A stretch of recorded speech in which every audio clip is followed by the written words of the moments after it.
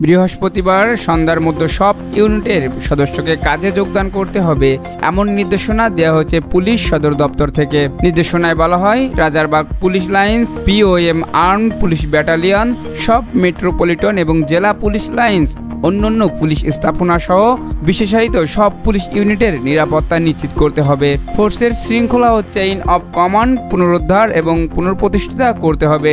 Dhaka metropolitan পুলিশের Rajarbagh police lines, POM, PBN, সব metropolitan এবং জেলা পুলিশ লাইন, সব প্রশিক্ষণ প্রতিষ্ঠান, বিশেষায়িত সব পুলিশ ইউনিটের সব অফিসার এবং ফোর্সকে বৃহস্পতিবার সন্ধ্যার মধ্যে নিজ নিজ কর্মস্থলে যোগদানের জন্য নির্দেশ প্রদান করা হলো।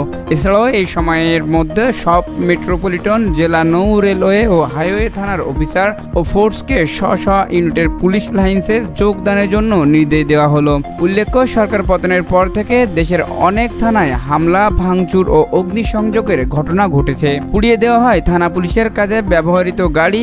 রাজধানী সহ সারা দেশে পুলিশি ব্যবস্থা প্রায় ভেঙে পড়েছে, যার ফলে সবকিছু বন্ধ করে কর্মবিরতিতে যায় পুলিশ। এই সুযোগে রাজধানী সহ দেশের বিভিন্ন অঞ্চলে চলছে ডাকাতি, চুরি, ছিনতাই সহ নানা অপরাধ। সালাউদ্দিন, প্রহর 24।